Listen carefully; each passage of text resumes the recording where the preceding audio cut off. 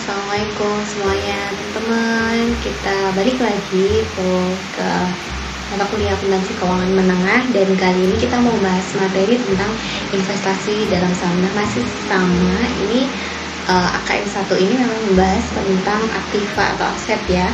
Terakhir kemarin kita membahas tentang persediaan barang dagangan, dan kita masih sama blok ngupas tuntas lagi aktiva, yakni tentang investasi jangka panjang. Nah, kebetulan yang 4 ini. Nah, kalau misalkan kita mau menginvestasikan dalam saham, itu biasanya kita adalah perusahaan yang memiliki banyak uang kas yang menganggur semacam itu. Sehingga daripada menganggur, teman-teman, kita gunakan saja untuk investasi. Tujuannya apa? Untuk mendapatkan dividen. Nah, sewaktu-waktu juga akan bisa kita jual kalau misalkan kita membutuhkan uang. Kemudian tujuan lainnya adalah kita bisa menguasai perusahaan lain, karena kita ketika kita menginvestasikan uang kas kita ke perusahaan lain, otomatis kita akan mengawasi kondisi kesehatan keuangan dari perusahaan lain. Terus yang kedua, memperoleh pendapatan tetap. Biasanya pada akhir periode kita akan memperoleh dividen dan menjaga kontinuitas suplai bahan baku serta menjaga hubungan antar perusahaan. Investasi dalam saham menurut kacamata hukum Islam itu memang ada pro kontranya. Tetapi kalau menurut MUI nomor 80 tahun 2018 itu yang penting adalah ketika kita melakukan investasi dalam bentuk saham, itu kita melakukan adanya atau perjanjian yang sah, ijab dan qabul. Semua yang menurut hukum syariah, semua ketentuan dalam jual beli termasuk jual beli saham harus didasarkan pada akad atau ijab dan. Kemudian ketika kita mencatat investasi dalam saham, ketika kita membeli saham itu kita bisa beli secara tunai. Kalau secara tunai biasanya nanti ada biaya-biaya yang timbul, jadi ditambahkan aja dengan harga belinya. Kemudian bisa kita lakukan pemesanan, bisa juga dilakukan pertukaran saham. Kemudian kita bisa mencatatnya itu sesuai dengan nilai pasarnya dari barang atau jasa yang kita berikan. Jadi ketika kita menukarkan saham dengan barang atau jasa, ya berarti kita mencatatnya berdasarkan dari nilai pasar barang yang kita berikan. Kalau misalkan kita membeli secara tunai, ya berarti nilai pasar sahamnya adalah sesuai dengan jumlah yang kita. Kemudian kelompok dari investasi jangka panjang atau investasi dalam saham ini itu ada beberapa macam jenis. Yang pertama, kita menginvestasikan saham dengan kepemilikan lebih dari 50%.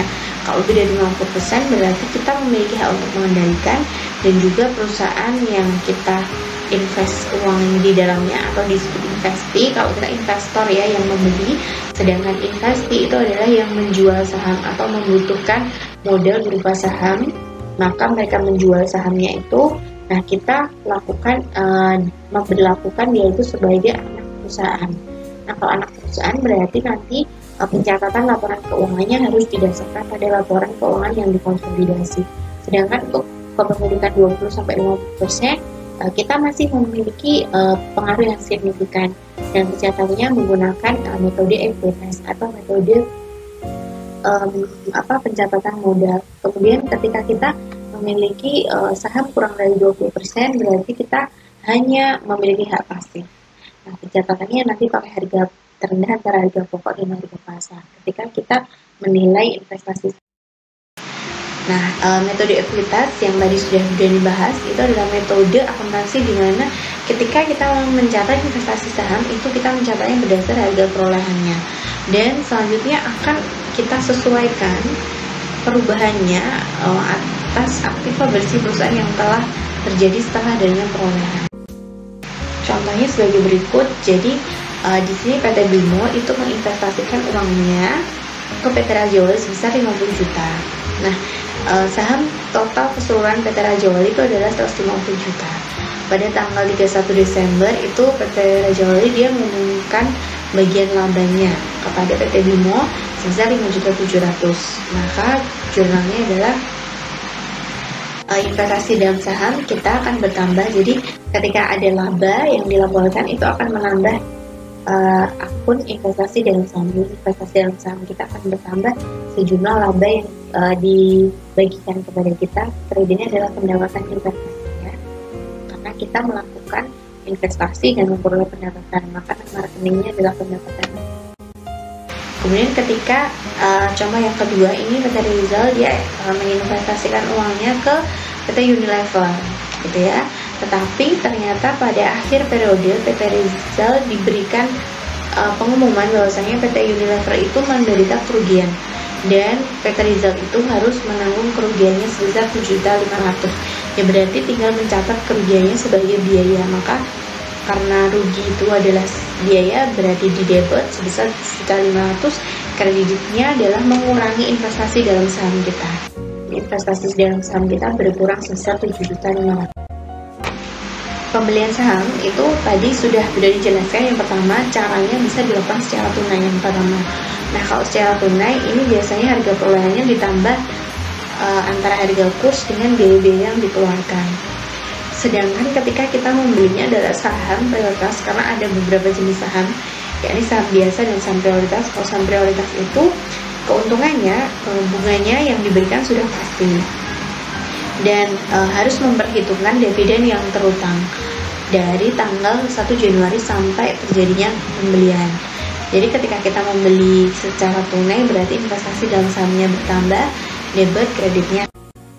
Contohnya ini Nona Gendis, dia membeli saham prioritas ya. Jadi bunganya tetap bunganya sudah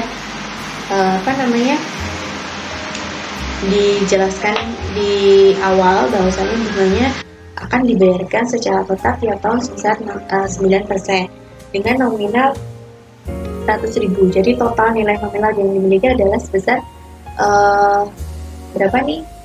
Sebesar 10 juta rupiah ya, dan dengan pengembangan kursnya yang saat itu 104, biaya pembeliannya 250.000 dan dividennya dibayar tanggal 31. Nah, bagaimana jurnalnya? Perhitungannya adalah sebagai berikut. Jadi ketika kita membeli lembar sahamnya dikalikan nilai nominal kalikan harga kurs ditambah dengan biaya pembelian dan dikurangi dengan dividen terutang. Karena kita memiliki dividen terutang, kita membelinya di bulan Mei, berarti mulai dari tanggal 1 Januari sampai 1 Mei itu ada dividen terutang kita yang akan mengurangi akan menambah jumlah uang yang kita bayarkan kayak gitu. Jadi di sini dividen terutangnya adalah sebesar 9% ya, pendapatan bunga dividennya dikalikan dengan 4/12, karena ini sebenarnya dividen ini tidak menjadi bagian pendapatan kita, karena itu kita baru memilikinya Mei, sedangkan yang 1 Januari sampai 1 Mei itu masih milik orang lain. Maka yang 300.000 ini kita tambahkan ketika kita membeli.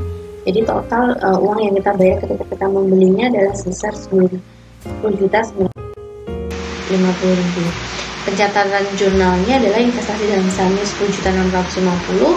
Pendapatan dividen dicatat di sebelah debit. Kenapa? Karena sifatnya akan mengurangi pendapatan kita yang diterima di akhir periode. Kasnya adalah sebesar total jumlah uang yang dibayarkan.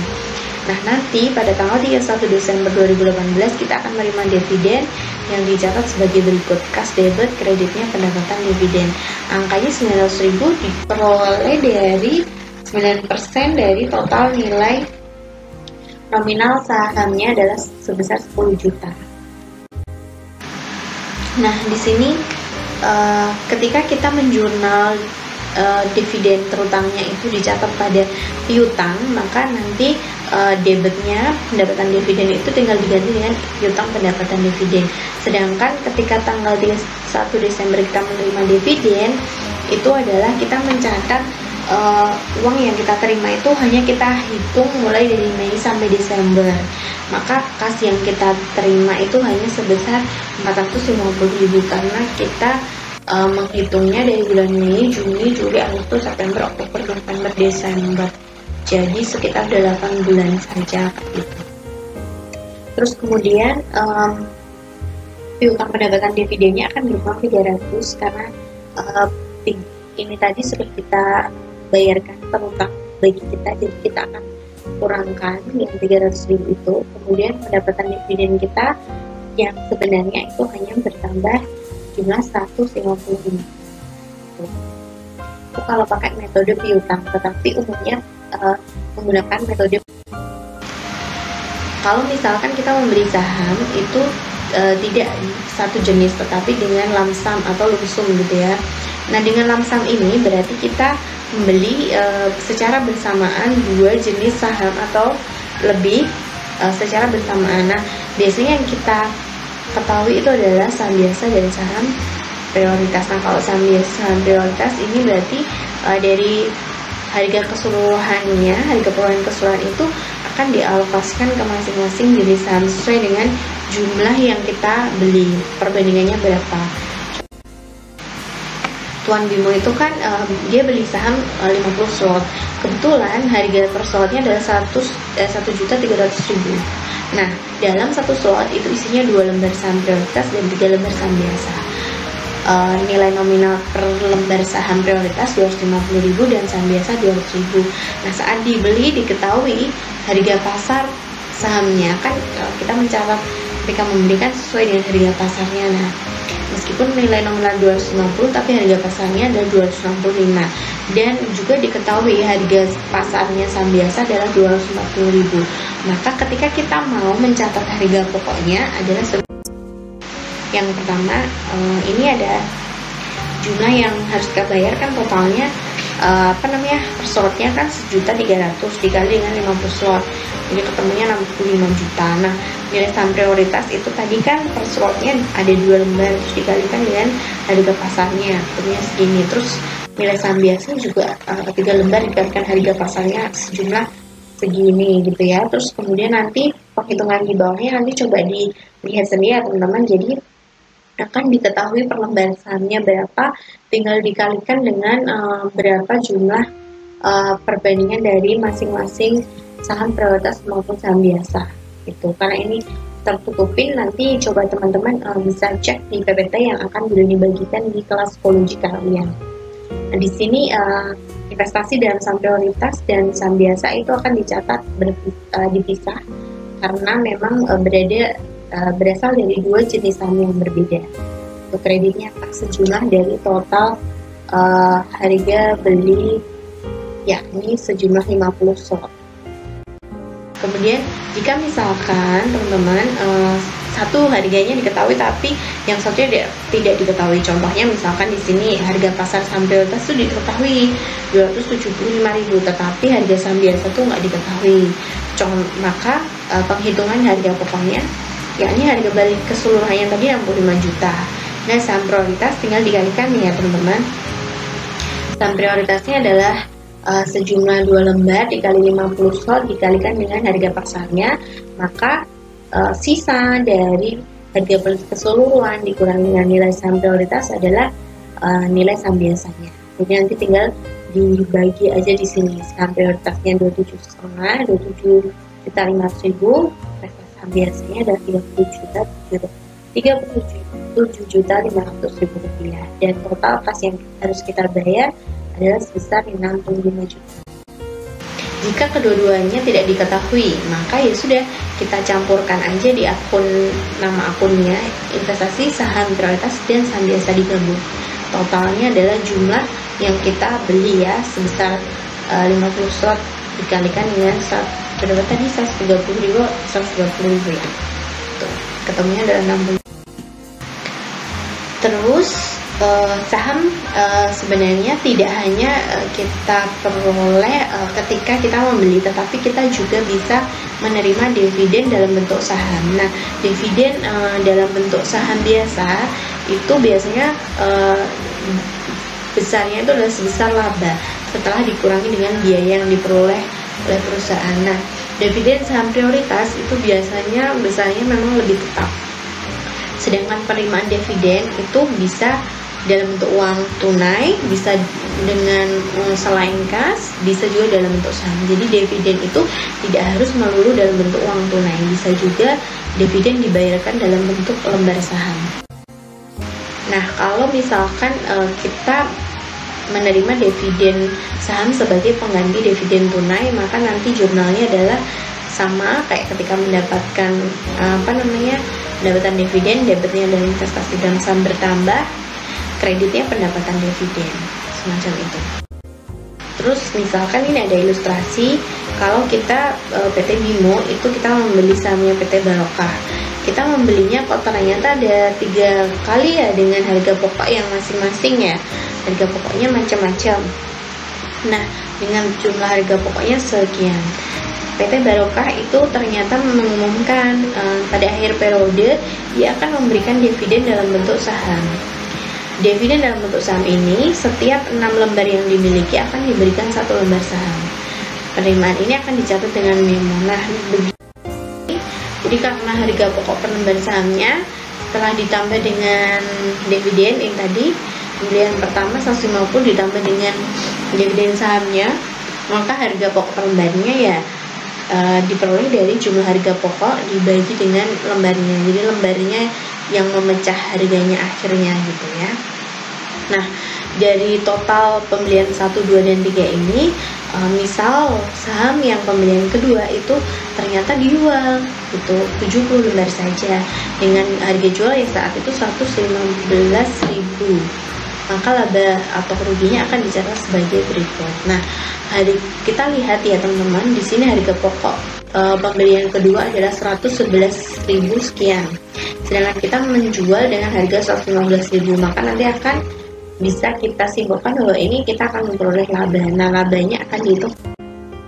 Harga jualnya tadi adalah kita menjual 70 lembar saja dengan harga jual yang berlaku 115.000, totalnya adalah 8.050.000, tetapi harga pokoknya adalah 70 lembar dibagi dengan 105 lembar total saham yang dimiliki, total lembar sahamnya terus dikali dengan nilai total pembelian kedua atau total harga pokoknya gitu ya, ketemunya 7.800.000, maka selisihnya adalah laba sebesar 250.000.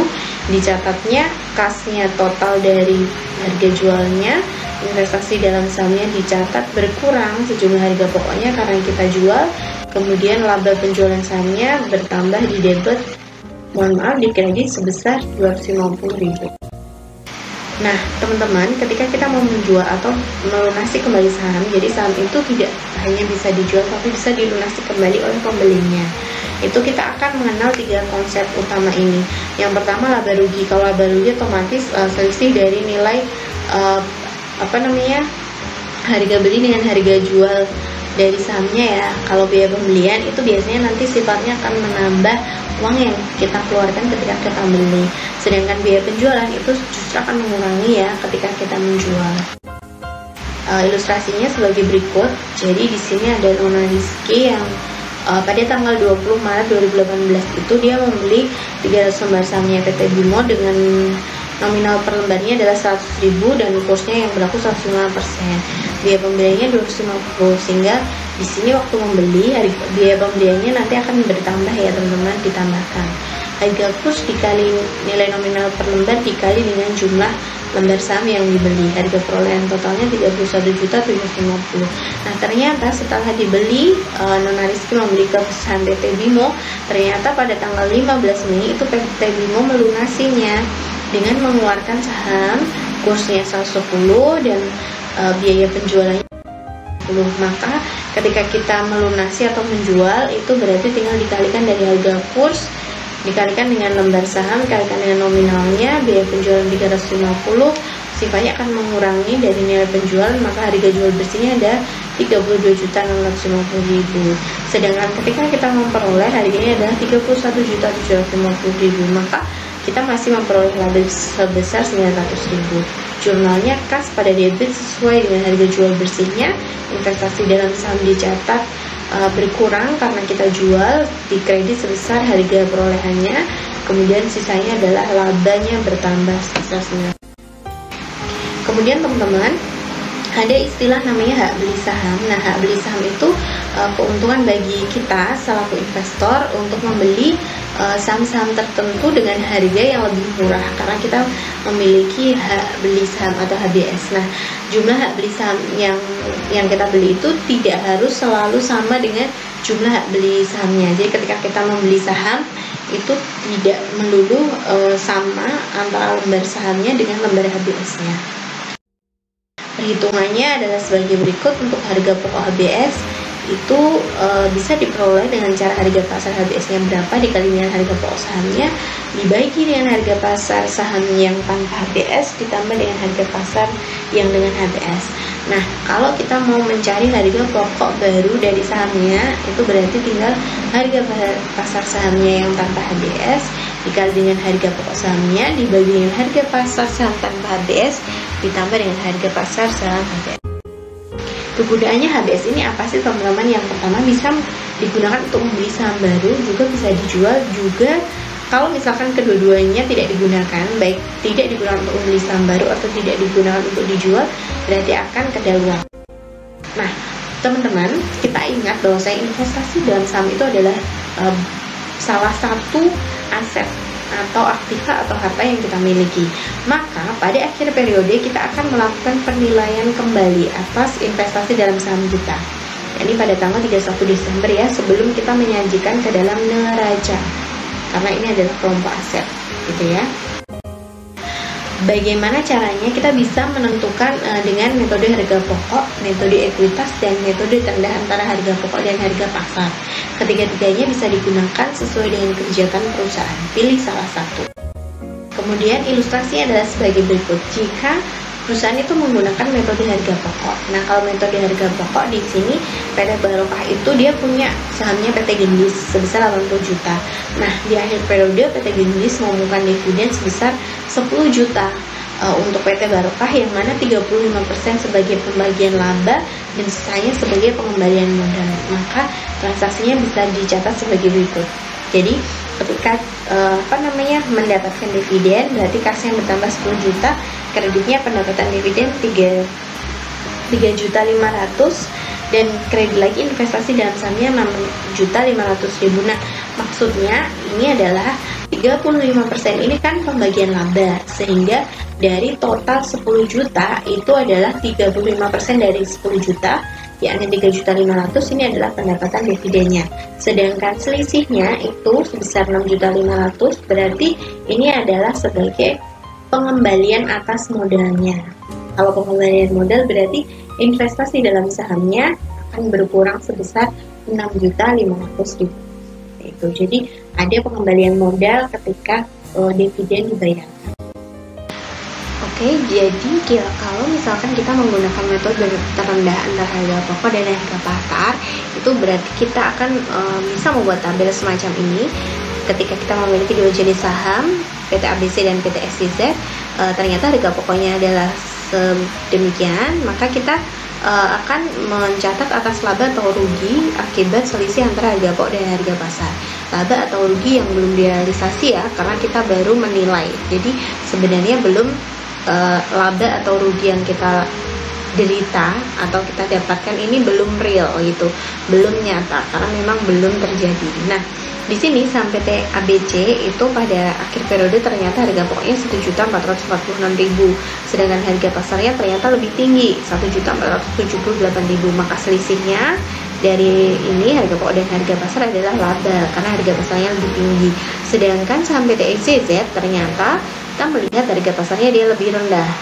Nah, selisihnya ini adalah sebagai rugi yang belum direalisasi, sehingga ketika kita tambahkan laba dari saham PT ABC dikurangi dengan rugi saham PT XYZ diperoleh sebesar 408.000 kerugian ya, rugi karena ruginya lebih besar. Itu adalah rugi yang belum direalisasi dan harus kita catat atau harus kita jurnal. Jurnalnya sebagai berikut, karena ini tadi rugi, berarti rugi itu kan termasuk biaya ya, sehingga dia debit. Rugi yang belum direalisasi surat berharga ekuitas itu adalah sebesar 408.000. Jadi maksudnya adalah rugi akibat surat berharga gitu ya. Kemudian kreditnya adalah penyisian untuk kelebihan harga pokok surat berharga, karena ini ternyata harga pokoknya jauh lebih tinggi dari harga pasarnya ya, sehingga ini disebut penyisian atas kelebihan dari harga pokok surat berharga ekuitas ini tadi, semacam itu. Baik teman-teman, ini adalah akhir dari slide untuk materi AKM 1 terkait dengan investasi dalam saham. untuk materi berikutnya investasi dalam obligasi akan Bu Dani buatkan lagi video pembelajaran seperti ini. Terima kasih telah mengikuti teman-teman. Jangan lupa nanti cek kelas psikologinya untuk tugas dan diskusi yang sudah Bu Dani share di kelas psikologi kalian dengan due atau dengan deadline yang sudah Bu Dani setting di kelas psikologi kalian. Jangan lupa untuk mengumpulkan tepat waktu dan jangan sampai terlambat. Terima kasih. Assalamualaikum warahmatullahi wabarakatuh.